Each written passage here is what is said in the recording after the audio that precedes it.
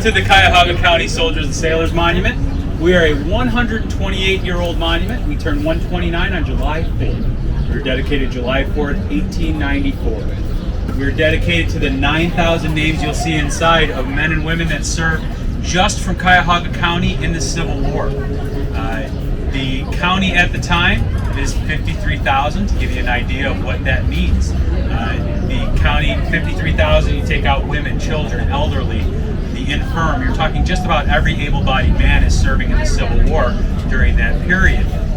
So this monument, when it came up to be voted on by county levies, was overwhelmingly supported because everybody had had someone in their family in the war.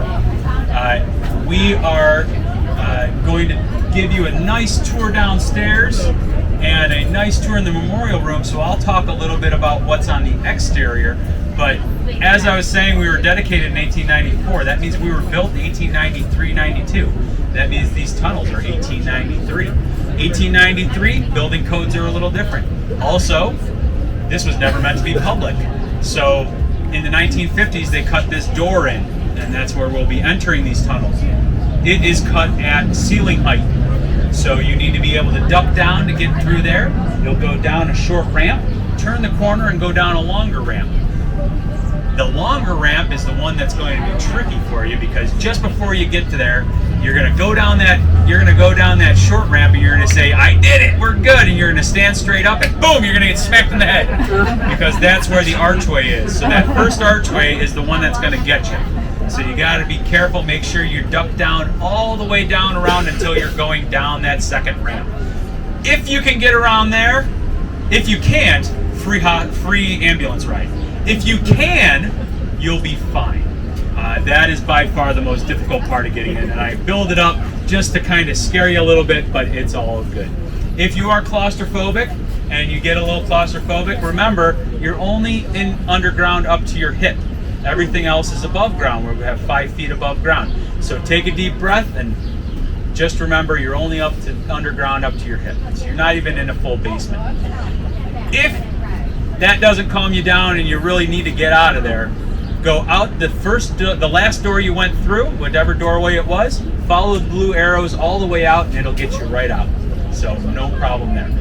As we do go out, you're going to go out you've seen a lot of people go in here and nobody coming out. So the donation box is in the back and we don't really let you out until something goes in there. So every once in a while someone will trickle out of here. No, but honestly, there is a separate way to get out. So you go in this way, you go all the way around, there's only one way around. Then you come all the way back around, there's only one way around. And then it splits off and you Y off into the memorial room where you'll go up a staircase. That staircase was put in the 50s as well when this doorway was put in, and it is tight. It is, I think, put in by Navy veterans who are really all about those battleship staircases because they're tight. The railing goes about halfway up, and then after that was weird. After that, you pretty much have to hold on to whatever you can as you go through through the flooring, the stone flooring, into the memorial room. I build that up as well. It's really not that bad, but if you get there and you say, "This is not for me," you can turn right back around and come back out this ramp and up the steps on the outside to get to the memorial room. No problem in that either way either. We're here to help you. When you do get into the memorial room and you look out and you say, "This is gorgeous. I wish we would have brought Mom." You can. We are open in the memorial room 7 days a week. We're open daily from 10 a.m. to 5:30 p.m. It's only the tunnels that we open once a year. Good job, by the way, getting into the tour. Fast fingers. We did sell out in 6 minutes this year, so that's pretty impressive. So if you're not the one who got the tickets, thank the one that did. All right, so to talk about the exterior statuary. As you go, now see, I walk over here as if I can see it, but there's a tent here. So as we go around, you look at 4 different statues around the base of a shaft. There are 2 prominent styles after the Civil War. There is the statuary around a shaft, and there is the memorial room, which is an interior space with statuary and tablets, generally listing the honor. These guys, there were 1,200 veterans that got together just across the street here over where the post office building is today. That used to be half that size, and next to it was a building called Case Hall. The 1,200 men came into Case Hall to make a decision on building this building. They decided overwhelmingly that they wanted to build it, and that they wanted it to be in the county seat, which is Cleveland, and in the center of the county seat, which is Public Square. A few weeks later, they had another meeting in Bedford, Ohio, where they decided what this was going to look like, and they debated those two different styles. They had a 50-50 split on the vote. So Levi T. Schofield, our architect and sculptor, said that he could merge those styles together, and he gives us a supremely unique monument. One that we like to say is the finest not found on a battlefield, but I know guys that have been to a lot of battlefields that think we've got those beat too. On the outside, we have statuary representing the 4 branches of the military during the Civil War. Today, we would call those 2 branches, we call them the Army and the Navy, but they are the Navy, the artillery, the infantry, and the cavalry. So 4 branches during the Civil War. As we go around, starting at the Navy, they get more violent, showing the progression of the war. If you're a pacifist, go backwards, clockwise, and everything gets better. So, we start with the Navy at practice. The Navy is in nice, clean uniforms, clean shaven, practicing their mortar shots from a deck-mounted mortar to a land target. And that statue is also notable because it has the first depiction of an African-American service member on a statue in the United States after the Civil War. He's helping to load the ball into the mortar. Then we go around to the artillery statue. That's the beginning of the war, and we see our artillery company in action. The commander is pointing more to the right. He wants that cannon to move over a little bit, not realizing that the 2 men at the front of that cannon have already fallen. These are our first deaths on the monument, and they are Union deaths. This is something that was new to statuary at the time. You didn't generally see, sorry about all that, you don't generally see death on a monument at this period. These men had fought in the war. They wanted you to know that war is not the answer, that it is a last resort, and that war is hell, and it just gets worse and worse. There's a preacher who screams on the microphone like this over here. Yesterday we had to yell over him as well. Public Square, it's amazing. So anyhow, death is not something you generally saw on these. They wanted you to know that war is hell and grueling, so they show the rigors of war. So we see those Union deaths. The war is not going well for the Union at the beginning. Then we go around the corner to the north side where we have the infantry statue. The infantry is the only one that is actual people in an actual battle. The rest are all models and ideas of groupings. That is the 103rd Ohio Volunteer Infantry's color guard at the Battle of Resaca, Georgia. The Battle of Resaca, Georgia was not a good day for anyone, but especially for the color guard of the 103rd. Those men were all either killed or wounded in that battle, and it wasn't until the next day, early in the day, that they were able to recover their flag from the battlefield. All of those men gave some measure that day. Schofield, our architect and sculptor, served in the 103rd, and this was a deeply personal monument to him in many respects, but especially in that he sculpted those men from memory. The infantry are at the Battle of Resaca, Georgia. The battle itself was a draw, so it is showing the midpoint of the war that this could really go either direction. As you come around then to the cavalry statue, we get to where we have the cavalry breaking through the lines of the Confederacy. This is the only statue where you'll see 2 Confederates on our monument. The only 2 Confederates on our monument. One being shot point blank in the head.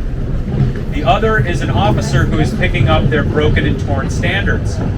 If an officer is picking up your colors on the battlefield, your day is pretty much done.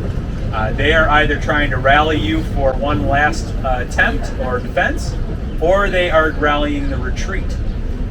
This is showing that the back of the Confederacy had been broken, and the bugle call of the cavalry charging through their lines is to show the advance of the Union and the eventual end of the war. Those statues are all circling around a shaft that is 125 feet tall, ringed with battle rings depicting 30 battles that Ohioans fought in. And at the top is a 17-foot tall figure of freedom. She's the goddess of freedom, guarded by a shield of liberty. I know that because it says liberty right down the side of it. She is standing in defense of freedom with her sword, which is in a defensive stance below her belt line. She is wearing Schofield's military frock coat, another way that his service gets into the monument, and also a very personal statue to him in that it is modeled after his wife, Elizabeth Schofield.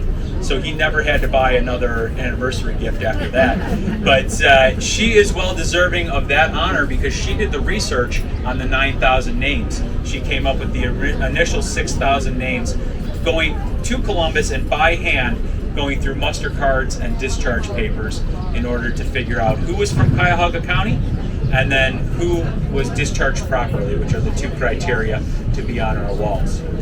We continually are adding names. She came back with 6,000 names to the Grand Army of the Republic chapters and put out to the public that for 2 years they would take additions and subtractions. They came up with almost another 3,000 names. So nearly 9,000 names on the wall when we were dedicated, and then they add a few hundred more in additions.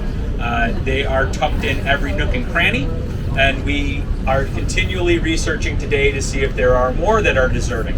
We came up in 2009 after a 20-year research project with another 107 U.S. colored troops that were deserving. We have maybe another 140 that we were unable to confirm that still need a lot more research. There may not be research that is able to be done. It depends on if those records exist or not, but we are always digging. So we have them in a tablet because we aren't really sure how we're going to get them on the walls at this point. So that is something we're working on. Those walls in that memorial room are all white Carrara marble, no matter what your eyes tell you when you get in there.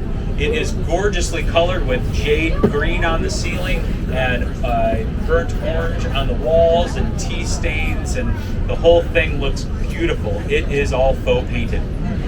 It was faux painted. It was faux painted from the beginning, and then in the 50s, when they did all these other wonderful things, they did something really stupid. They went and they used an astringent on the walls to try and get the grime off. And when they did that, I'm guessing they just kind of sprayed the walls to get that grime off.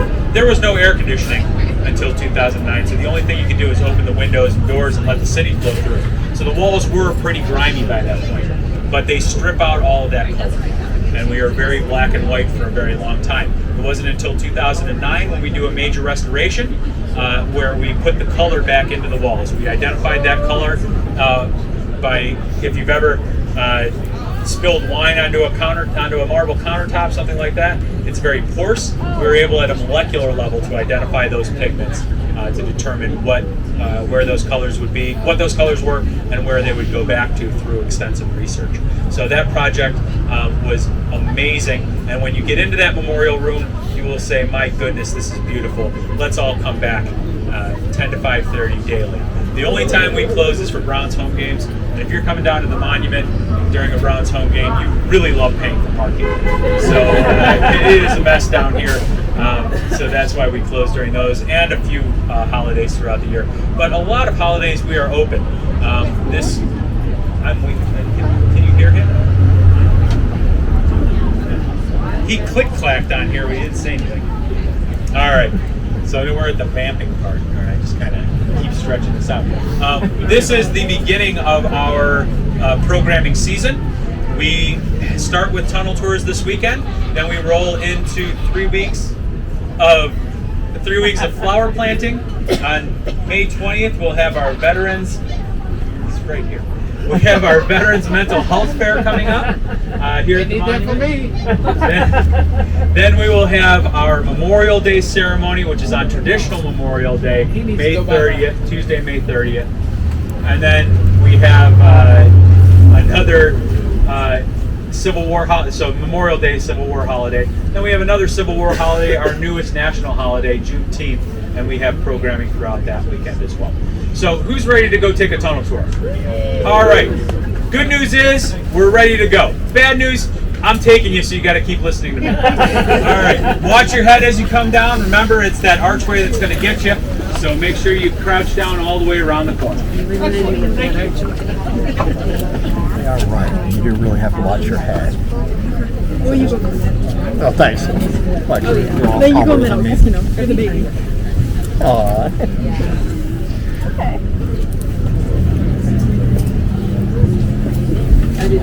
Watch your heads there. Enjoy your tour. Right.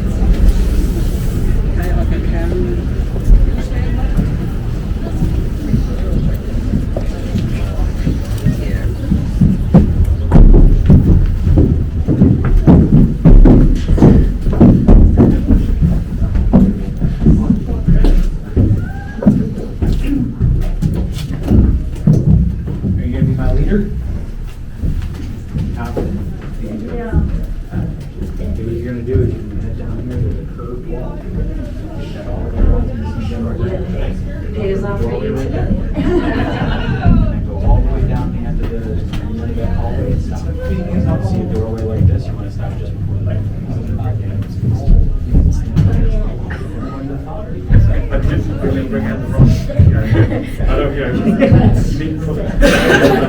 All right, folks.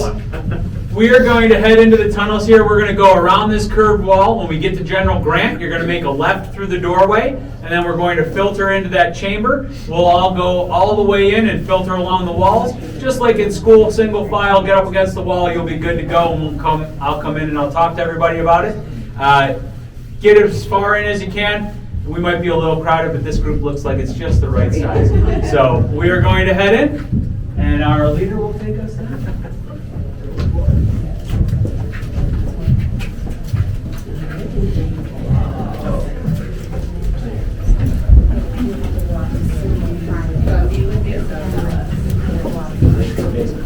I'm not.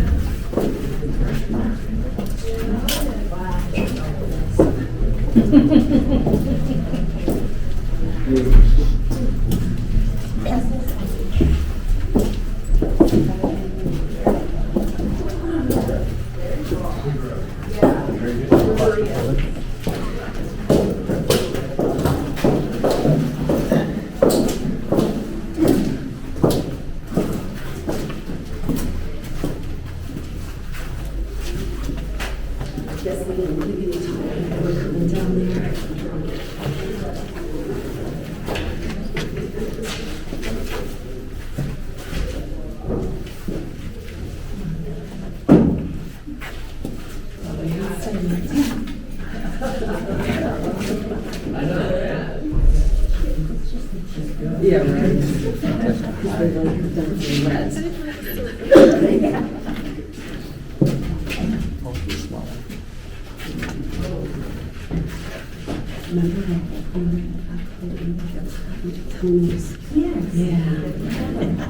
All right, welcome to the tunnels. Okay, we are in the tunnels proper.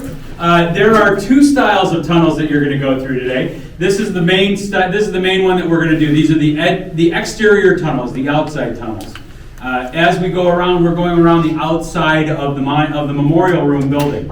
The interior tunnels are holding up the monument, the Memorial Room, and those you'll only see a little bit of as you go out and go up the steps to get into the Memorial Room. So those are a Roman-style barrel vault. Those barrel vaults push against each other all the way out to these very thick walls that are about 2 foot thick. To get into that space, you're going to pass through those 2 foot stone walls, and you'll know it when you do. We do have interior tunnels, and you can see down into those, but they are extremely tight. The doorway is only about 2.5 foot tall, so we don't really let people go through those, but you can duck your head down to take a quick look before you head up the steps. These tunnels are on the exterior of the building, so we are actually between the statue and the building. We're on the artillery statue on this side and the Memorial Room wall on this side. I came around through the outside tunnel, which is from the statue to the street, is that side. We don't really take people through that side because those contain our 2 air conditioners and our electrical system. So that and storage. So they're not really conducive to this, but we keep these inner ones clear so that we can take these tours. As you're looking around, you look up, you'll see red Medina sandstone. Who knows where Medina is? That's right, New York. This is this is red sandstone from Medina, New York in these slabs. It's 8 to 10 inches thick, and it is held up by these archways. Anywhere that you see an arch is where there is a seam between those slabs. So that is the main structure of the tunnel. The reason the tunnels are here is to raise the monument up 5 feet. They wanted to take you from a secular outside world up some steps. You make a pilgrimage into the monument. You have to really find the doors. They tucked them behind the statue, so thanks a lot for that, Schofield. But you make your way into our more sacred space in the memorial room. So the purpose for these tunnels is to raise the monument up. Remember, you are only underground about 2 feet. So we are going to head around the corner here and into the next room. But as we do, we're going to go around this curve and then we'll go through the doorway into the next chamber that looks like this. On our way there is a hole cut into the wall. It's the only one. They needed to check on the stairs at one point to see if there was any movement, because there was some movement in the soil outside. So to check the stairs, they cut that hole and they left it for us, which is great, so we can see in there. And you can see the numbers, because each step is numbered. That is 130-year-old paint that has those numbers on there. And then at the end of that curve, I'll be stationed down there showing you some divots and channels that are cut into the stone. I'm just going to show them to you to point them out, and then we'll talk about them when we get into that next chamber. You're going to take them around.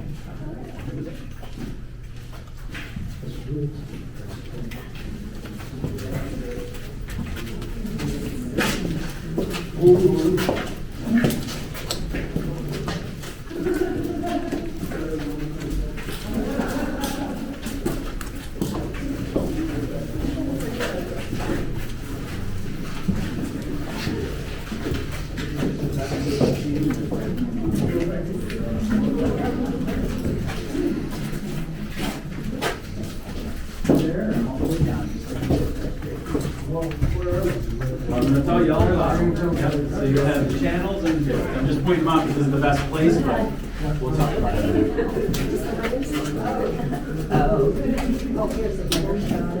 Those are those channels and divots right here. The stairs.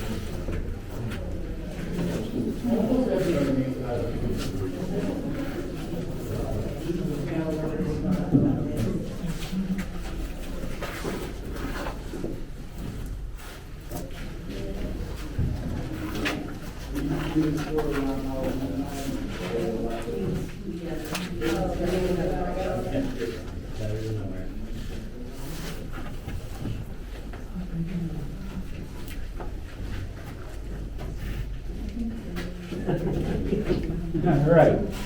Okay. So the reason I point out those channels and divots out there is because you can see a lot more channels in here along this wall, but there are not a lot of divots. The channels are in the quarrying of the stone. This is Berea Amherst sandstone, locally quarried. And to do that, they drill a hole down through that sandstone and put in wedges. So those channels are half of that drill hole, and then the wedge splits that in half into a block.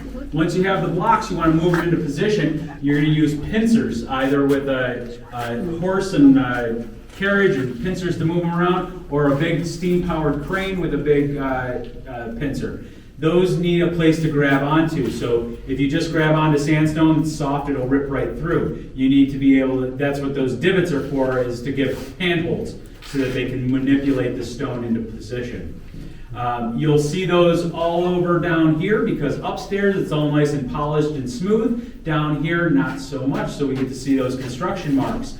Save for one of the divot holes upstairs on the exterior, and I'm sure that really messes with Schofield even to this day.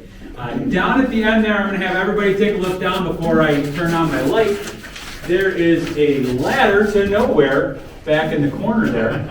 That ladder used to be the only way that you could get up and down into these tunnels from the memorial room. In the 50s, when they put in the ladder and put in the staircase, they took that ladder and they brought it back here to rot. It is doing an excellent job of that. So I suggest not touching it because I guarantee you'll get tetanus.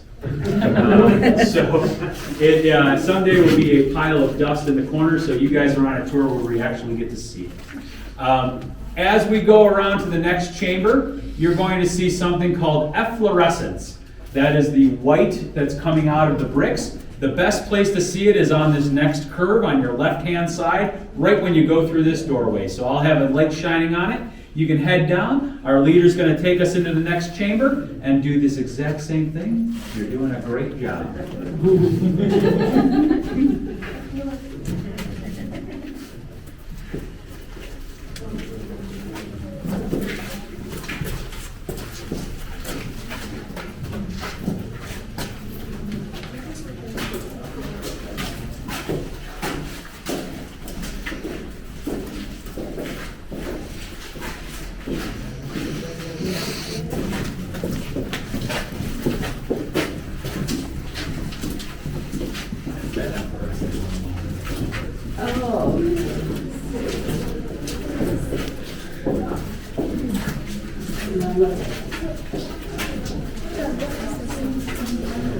It's like the mortar between the bricks. It's like acid rain. There's a chemical in the water that messes with it.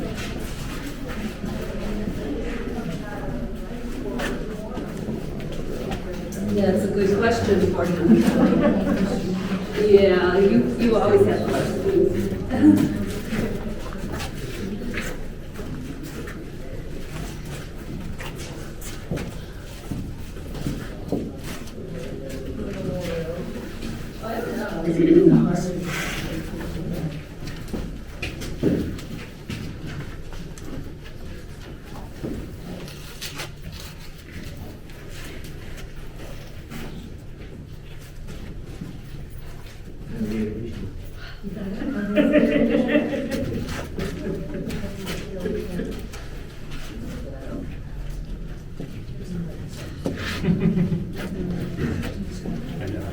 Okay, we have made it all the way around. This might not feel like the end, but you've been through 4 different chambers, and we have 4 sides of the monument. So 3 staircases, 4 chambers. There is one more staircase curve that we could go around, but I will not do that because it ends at a brick wall, and that would be hilarious for me, but not so much for you guys.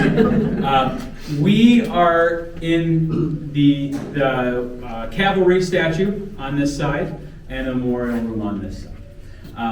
As we came around, you saw that efflorescence, and you can see it a lot in here coming out of these bricks and the mortar. The bricks and mortar are made with a lot of salty sand. That salt is then, as water passes through, is drawn out and is left on the surface of those bricks by the water as it drops down. As it hits a horizontal area, you get these little tubules where it leaves a little ring of salt as it drops. And then it keeps doing that over and over and over again. So it's a salt-calcium mineral mixture.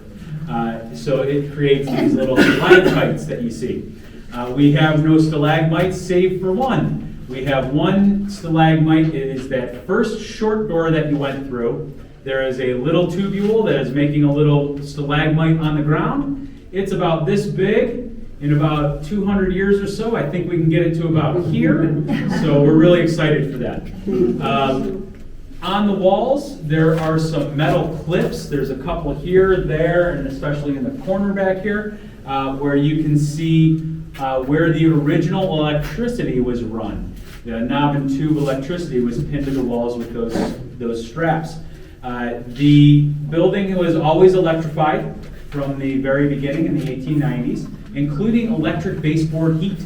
That baseboard heat was pretty quickly switched over to steam, probably when they found out how much it was going to cost to run an electric baseboard heat system. So they switched over to steam heat. We then have switched over just last year to our brand new boiler system. And that is what this big boy is for. This is an electrical line running to our new boiler system on the other side of this wall. The building is rock solid. I saw you guys were looking at that picture of the masons that were doing this building. That pun is intended, but it is true. Up in the memorial room, you will see that there are two 900-pound apiece doors, 1,800 pounds for the pair. Every day we open and close those doors. I can do it with 2 fingers. That tells me that this monument has never moved a centimeter, because those are in with a pin at the top and a pin at the bottom, have never been readjusted, and are zero clearance at the top and bottom, which means 1/8 of an inch, 1/8 of an inch. They do not rub. You can open those doors like a dream. They get lubed every once in a while, and that's about it. So this monument was built to last. And when you look around the square, just about any building that's over 5 stories tall was built after this building. So you're talking just about everything, including the Huntington building next door. So Ohio building for some of us the BP building. But it's, to build that building, they had to implode the Cuyahoga building and Williamson building that were there.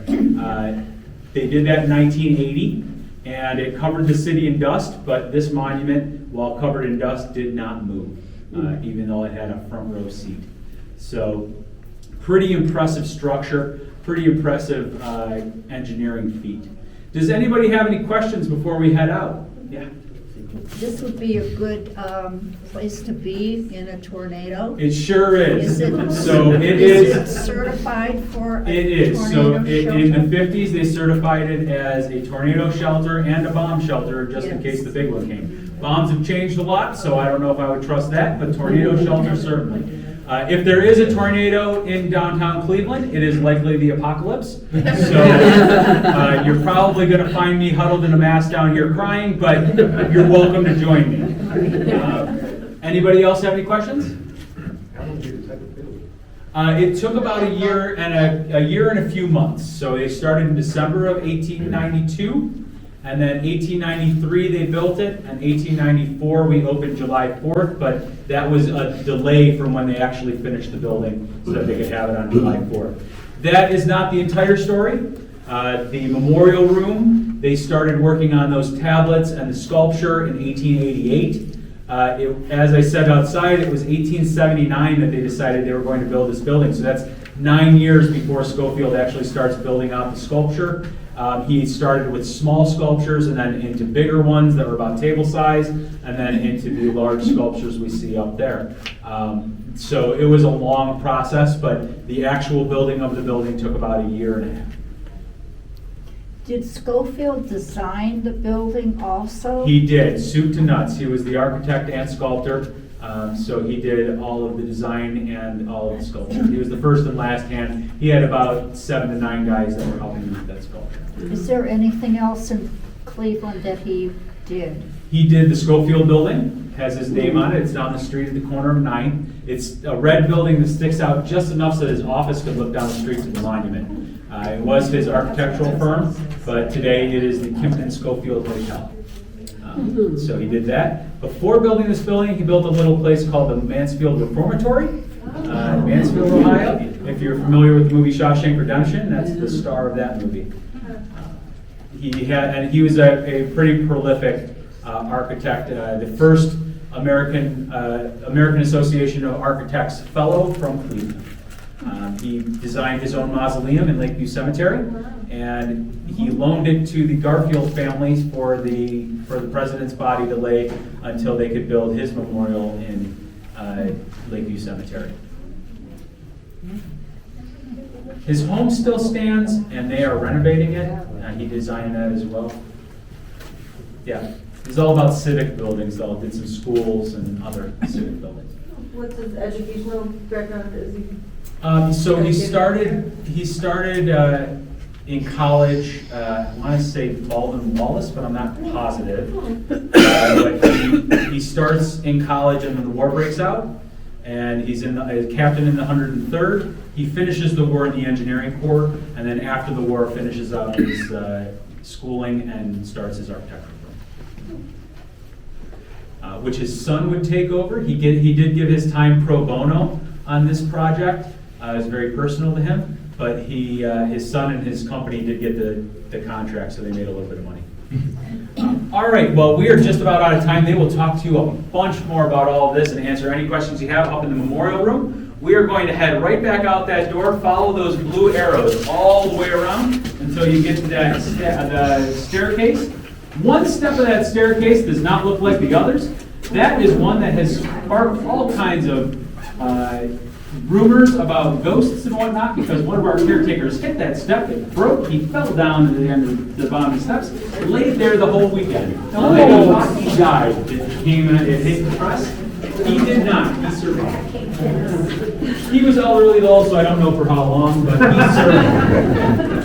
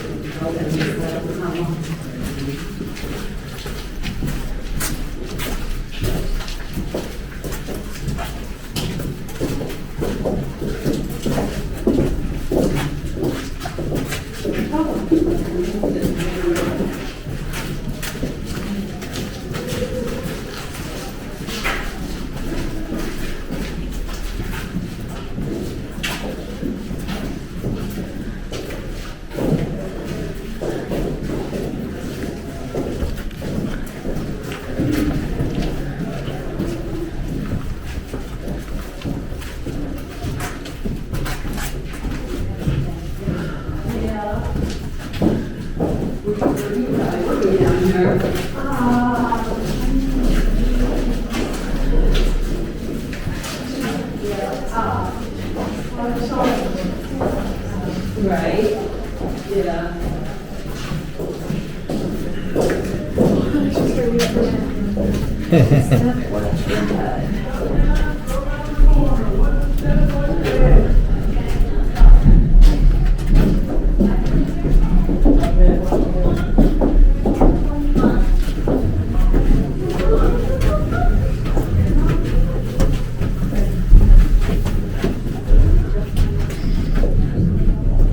That would hurt so bad when Up you steps. Are they moving? Yeah, there we go.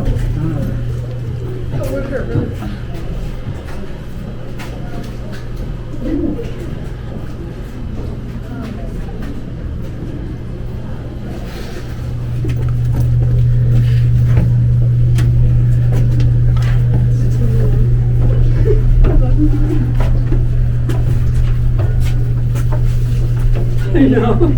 So sorry. It's all right. You didn't know my knee was going to go out. Maybe it'll like the exercise. Maybe. Listen to you. Oh, maybe.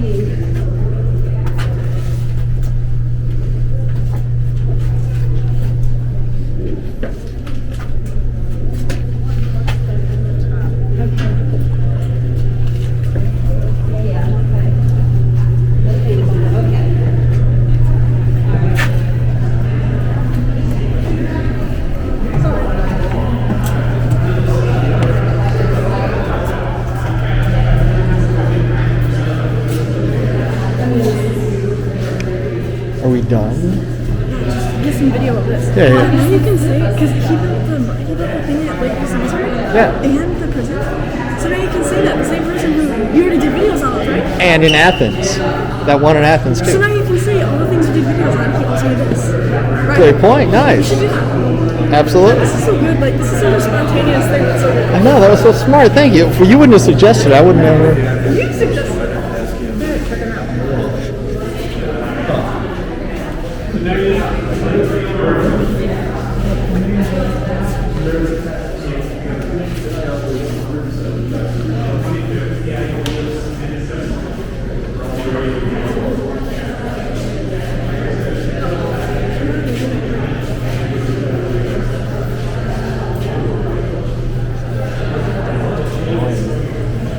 know what I mean?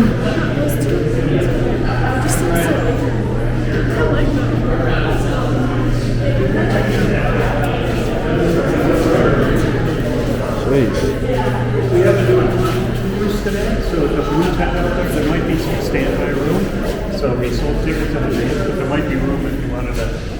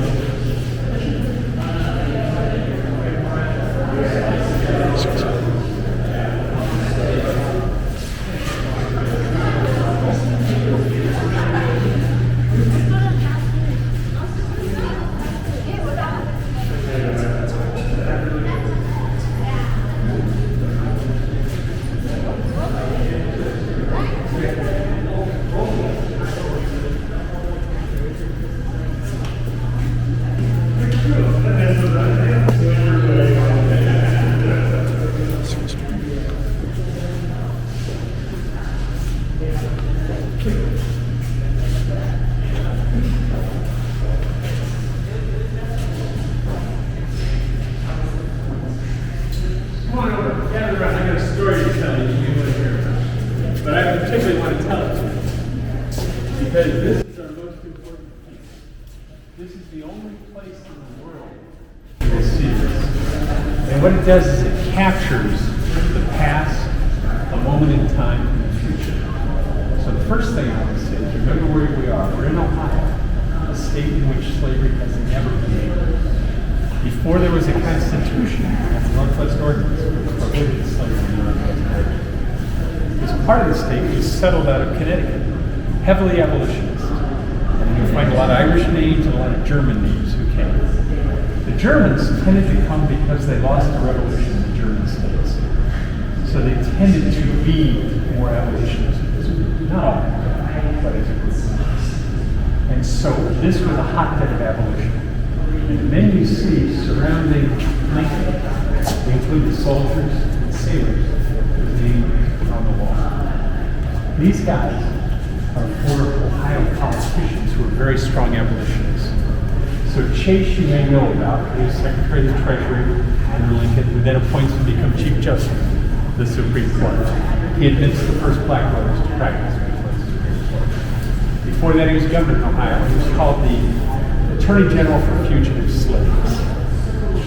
Sherman is brother of the general, you know, because of Sherman Antitrust Act. Benjamin Wade, Joshua Gibbs, both very strong abolitionists. But the story that Schofield is capturing, that I'm telling us that, is these guys were the founders of the Free Soil and Liberty parties, which existed in the 30s and 40s and into the 50s to try and restrict the growth of slavery. So they never argued that the Constitution prohibited slavery. They only argued that it doesn't support extending slavery beyond the slave states. So they would take positions, for example, you're in Kentucky, it's a slave state, but you step into Ohio, which is a free state, are actually not free. So those are the kinds of lawsuits they were pushing.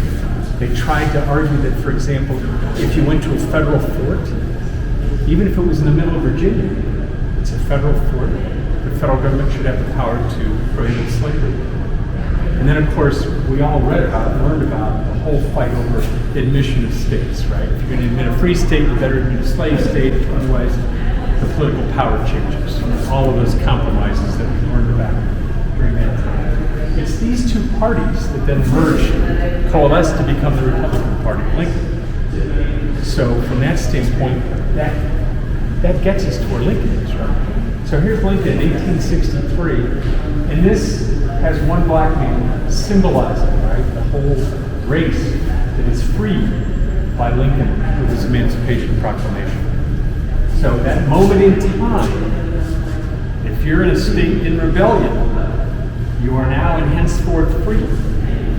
So what does that mean? So Frederick Douglass said, well, that's great, I'm free, but I'm not really free until I control the three boxes. The cartridge box, so I can fight for freedom. The ballot box, so I can vote. And then the jury box, so I get to be part of deciding how the laws apply to me. So this moment that you look at, this moment of emancipation, when you look at it from over here, translates into a man raising his hand to take the oath to join the Union Army, and the arms being handed to him by the President of the United States. So now he moves from being a passive recipient of this to an active agent in freedom, and the fight for freedom. And indeed, almost 200,000 white men fought in the Union Army.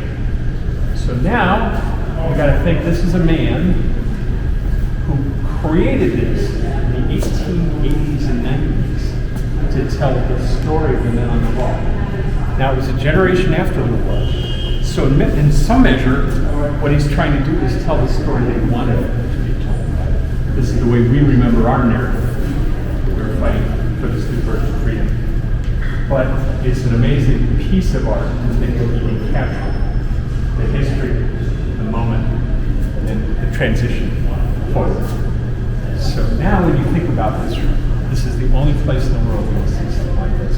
And that was validated by the Lincoln Bicentennial people. So it's an interesting piece. And Lincoln had already gone public with the statement. The right to vote is a states' rights issue.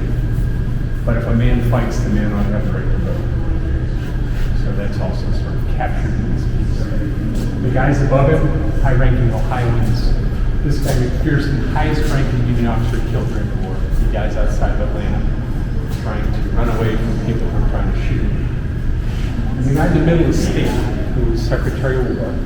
And today we remember him because as Lincoln dies, he says now he belongs to the angels. We recognize that that moment in time, Lincoln had moved from being a man to a myth. Right? He's larger than life. And remember this, the United States was very much at that time a Christian nation with very strong beliefs, spiritual beliefs. Lincoln is shot on Good Friday. So he is a sacrifice to this war. Much like another generation felt in the archive. As the war is coming to an end, World War II is coming to an end. This sense of he gave up his life to make this step. So for these guys, that's their story, and our job is to tell you their story as they saw it. How was that? Thank you.